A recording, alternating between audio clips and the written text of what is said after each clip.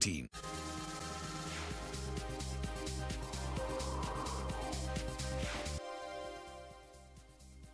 Good evening and thank you for joining us on India Business Hour. I'm Arundhati Ramnan and with me in the studio is Archana Solanki. Hi Archana. Hi Arundhati, and let's take our viewers to the top headlines this hour. TCS reports first quarter earnings largely in line with muted estimates. Constant currency revenue growth is flat. Deals wins stay above $10 billion. Company announces an interim dividend of 9 rupees a share. HCL Tech disappoints in Q1. Revenue declines over 1%. Margins shrink by 130 basis points sequentially, but the company maintains the full-year growth guidance at 6 to 8%.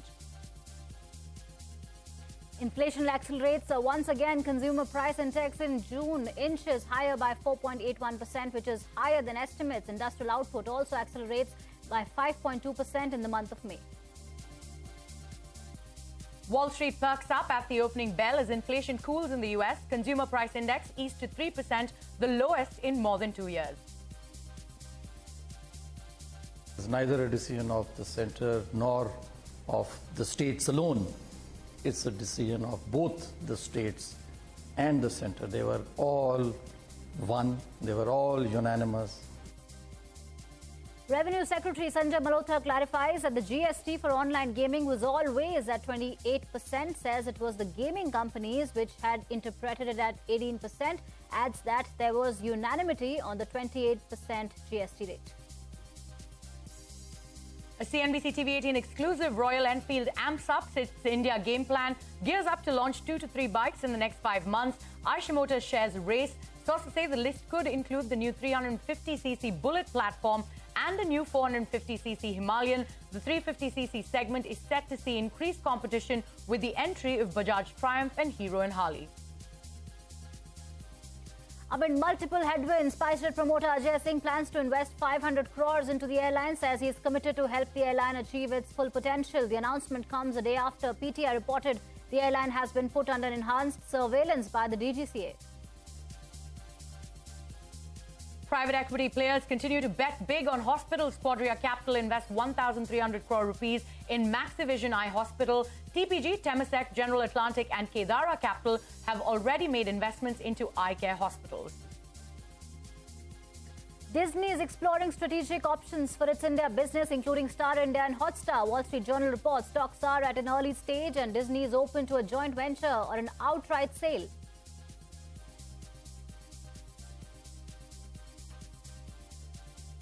North India grapples with heavy rainfall. Over 30 people killed in Himachal Pradesh in the last 24 hours. Delhi government seeks centre's intervention as the Yamuna river's water level touches an all-time high. And NATO leaders unveil a 3-part multi-year plan to bring Ukraine closer to an alliance. Zelensky said it's understandable that the nation cannot join the alliance during the war, but adds that a membership invitation would have been ideal. This comes a day after he criticized NATO for not giving a timeline to Ukraine's membership bid. All right, the top story we're tracking this evening, IT bellwether TCS has reported a subdued first quarter earnings. While the key parameters were largely in line, the estimates were pointing towards tepid growth. Constant currency growth was flat. Reema Tendulkar joins us with the fine print. You know, for TCS, I would classify this as predictably slow. It's been a subdued quarter. The street was anticipating that, and it's been that. But it's not much worse than what the street was anticipating. So constant currency revenue growth is 0. That's flat on a quarter-on-quarter basis, up 7% on a year-on-year basis. This would be the slowest June quarter revenue growth that we've seen in over a decade, ex of COVID. And even on a year-on-year basis, revenue growth is down to single digits after 9 quarters of a double-digit growth. Margins have come in at 23.2%, down 130 basis points on a quarter-on-quarter basis, impacted by wage hikes. Deal wins have been strong for the company. Deal wins at $10.2 billion, so above the $10 billion mark of total contract value for the second consecutive quarter, and this is despite the BSNL deal not being accounted for. There is weakness in BFSI, there is weakness in the communication, that's the telecom vertical. High tech is still a bit subdued. In geographies, North America, there is some caution in, amongst the North American clients as well. The UK continues to remain steady. I think the key from the management press conference is that as of now, they're unable to pinpoint any sort of a recovery, when the sentiment amongst the corporates is going to turn. So they're still sounding pretty cautious, and uncertain about the demand environment. We'll not be able to predict when the economic recovery will be there. I think you guys probably know it better. But our going in position is, we always said that the technology spend in the long term is likely to be strong, and that's validated by the TCV that we have in multiple verticals and geographies. And our pipeline has also remained very strong. In fact, despite the fact that we had a strong conversion of the pipeline into TCV, our pipeline has remained strong.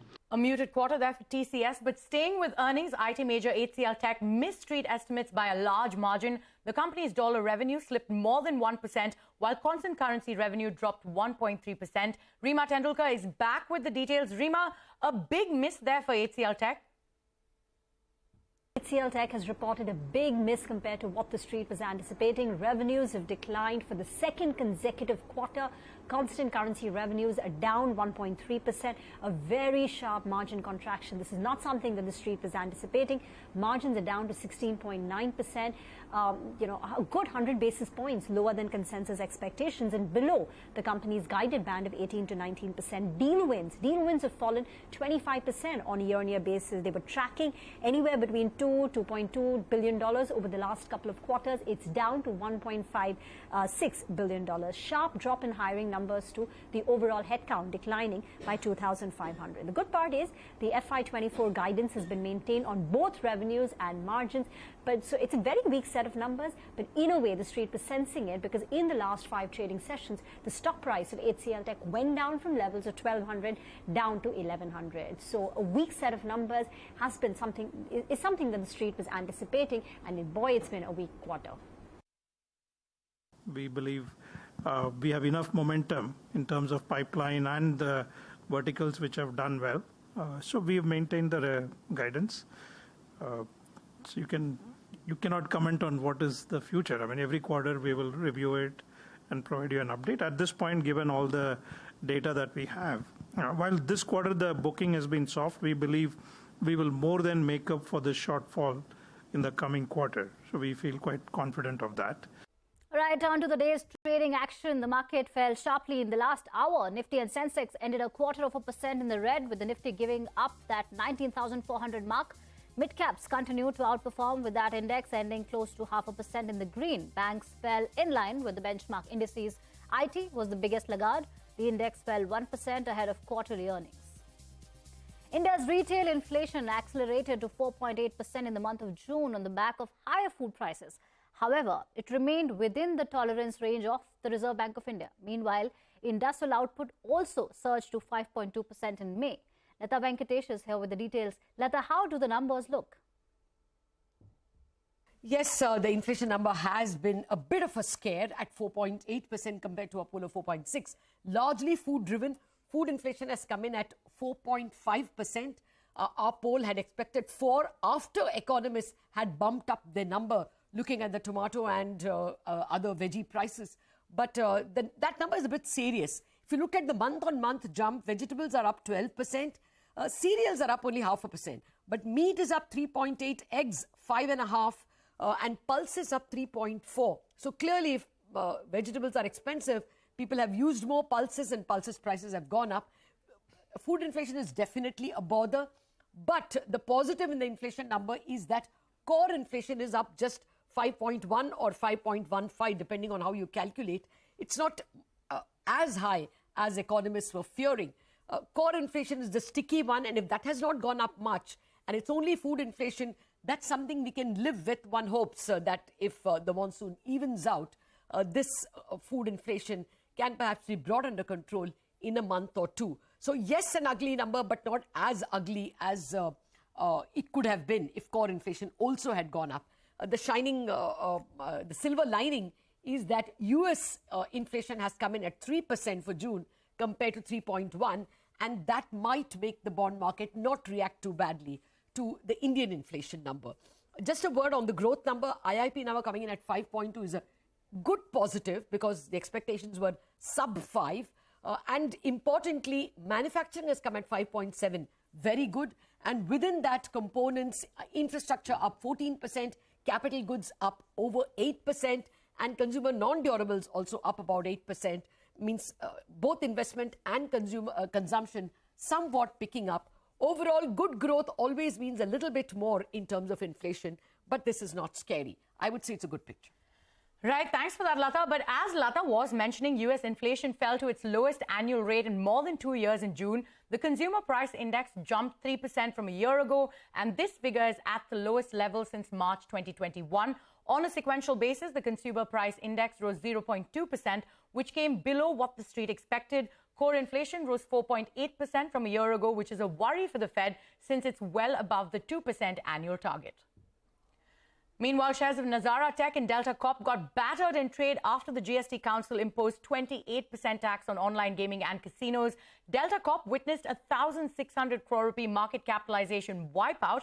Another online gaming behemoth, Nazara Tech, said that the company will have to rework its strategy, but added that real money gaming accounts for only 5% of its business.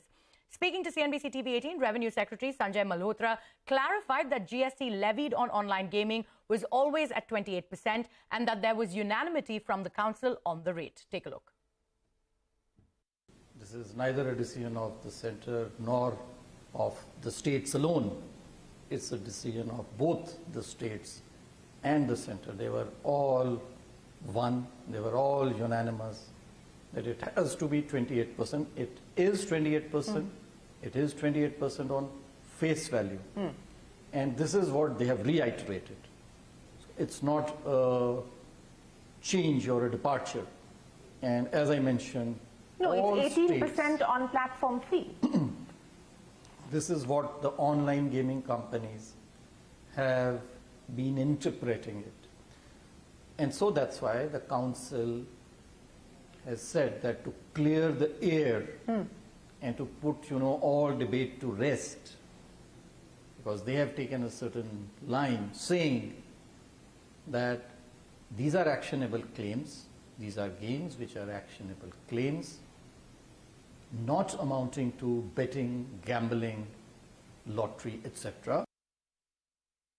Pick up on what you just said. You said that the 18% GST on the gross gaming revenue, which is in effect at this point in time, is the interpretation of online gaming companies. Are we to understand then that these changes will apply retrospectively? So the 28% on full value will apply retrospectively?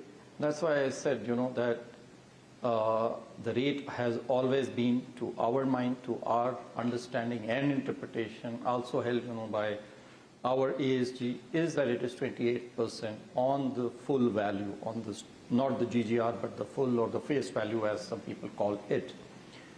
And so it's basically a clarification. And so this is a very important clarification. So, yes, and so it is already having effect as of date, and so there is no question of a retrospectivity because it's already 28% on the face value, and we continue to charge that. Prospectively, this doubt no longer remains. That's the only difference. Okay, so this will apply retrospectively because you're saying that this is already in place. This is merely a clarification that is being issued by the GST Council by way of the decision taken last night, and of course it will apply prospectively. But you do need to bring in the amendment to the law as well. Are you hopeful of being able to bring that through in the monsoon session of Parliament? Yeah, so two things. One, that there is a court case which we lost, because of which the gaming companies are charging 18% on GGR, as you have mentioned. Yes. So we will be challenging that. So there is an SLP that we are planning to file in the Supreme Court. So that is one. So that takes care of the past period. Going forward, as you have mentioned, the Council has decided to amend the law, and we are hopeful that we will be able to bring it and get it through in the monsoon session. Okay, so two important headlines. One, that the government intends to challenge that order, which is why gaming companies at this point in time have felt comfortable with the idea of an 18% GST on GGR. So the government intends to challenge that. How soon do you intend to do that? Hopefully this month. And you can catch the full interview with Revenue Secretary Sanjay Malhotra at 9:30 p.m. right here on CNBC-TV18. Amid multiple headwinds, SpiceJet promoter Ajay Singh has announced he will invest 500 crores into the struggling carrier. SpiceJet says this fresh equity infusion will help the airline access additional credit of over 200 crore rupees under the government's emergency credit line guarantee scheme. The announcement comes a day after the aviation regulator DGCA reportedly put SpiceJet under enhanced surveillance for more than 3 weeks. This includes increased night surveillance and spot checks. However, the airline has refuted the developments. The days after Foxconn exited its $19.5 billion joint venture with Vedanta, Group Chairman Anil Agarwal has said that they have lined up partners for their semiconductor bet. Addressing the 58th annual general meeting of Vedanta, Agarwal said that India is ready to tap into the huge opportunity in the chip-making space and that the company will begin the foray into semiconductors fab or display fab this year, subject to government approval. Disney is exploring sale or partnership options for its Star India business. This, according to the Wall Street Journal, which reported that the entertainment giant has reached out to banks to find ways to help the India business grow. The talks are at a nascent stage and no potential entity has been approached. This comes after the company failed to raise funds to grow its business further. In the auto space, domestic passenger vehicle sales in June rose by over 2% year-on-year to 3.27 lakh units, while two-wheeler sales jumped 1.7% to 13.3 lakh units. This is according to the data released by the Society of Indian Automobile Manufacturers. As for three-wheelers, it witnessed a two-fold jump in sales to over 53,000 units versus 26,000 units in June 2022. On to a CNBC-TV18 exclusive. Eicher Motor rallied 1% after we learned from sources that Royal Enfield has geared up to maintain its position in the 250cc plus segment. The firm is set to launch 2 to 3 motorcycles in 5 months. Remember, Eicher Motor was under pressure after Bajaj Auto and Hero Motor launched motorcycles in the 350cc segment to compete with its Royal Enfield offering. Parikshit Luthra joins us with the latest. Parikshit, what are you picking up? Royal Enfield, the market leader in the middleweight motorcycle segment, is looking to further consolidate its position by launching 2 to 3 new motorcycles in the next 5 months. The first one could be the new platform for the 350cc Bullet, which will hit the market soon. We're also hearing that the 450cc Himalayan will be launched within 3 months. The sales of the Himalayan 411cc and the Scrambler 411cc are believed to continue for now. So this will mean that Royal Enfield will have 3 offerings in the 400cc segment. At the same time, the Hunter motorcycle, which was launched last year in the 350cc segment, is becoming a volume driver for Royal Enfield, and the sales of the Hunter will hit the 2 lakh mark next year within 1 year of the launch. So it's not just the 400cc segment. Royal Enfield will be betting on a range of motorcycles in the 350, in the 400cc and the 500cc plus category to continue growing its market share. Right, Parikshit, many thanks for those details. On that note, it is time for us to head into a short break. But coming up next, incessant rains batter North India, with many states witnessing heavy to very heavy rainfall. More than 100 people have lost their lives due to disruptions caused by floods. Details when we come back. Stay tuned.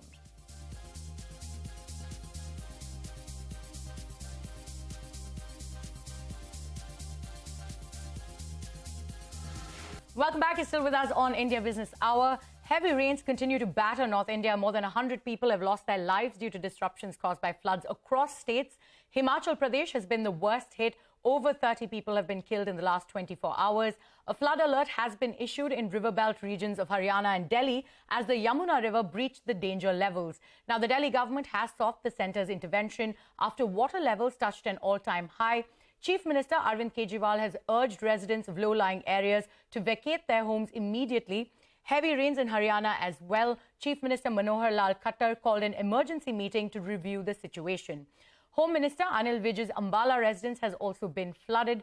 In Uttarakhand, at least 9 pilgrims were killed and 13 were injured in a landslide. The Kedarnath Yatra has been halted due to heavy downpour. Our team of reporters across states filed this report.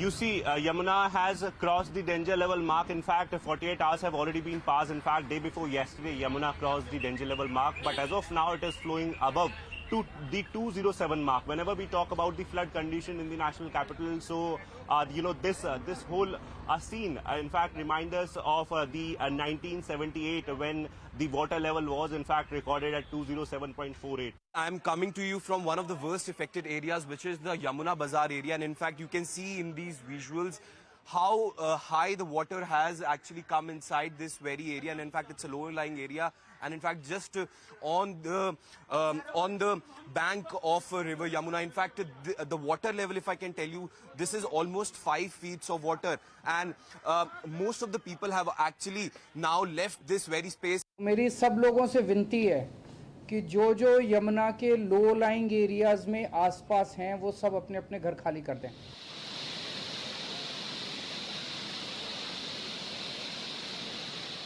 यहाँ पर हम दिखाना चाहेंगे कि Gangotri highway है ये और पूरी तरह से जल स्तर काफी बढ़ा हुआ है क्योंकि लगातार जो बारिश है वो यहाँ पर हो रही है और ऐसे में जो कांवड़िए हैं, जो यात्री हैं, वो जान को जोखिम में डाल करके इसको पार कर रहे हैं। आप देख सकते हैं कि कैसे लगातार जो पानी है वो बढ़ रहा है और ऐसे में जान हथेली पर लेकर के यात्री निकल चुके हैं।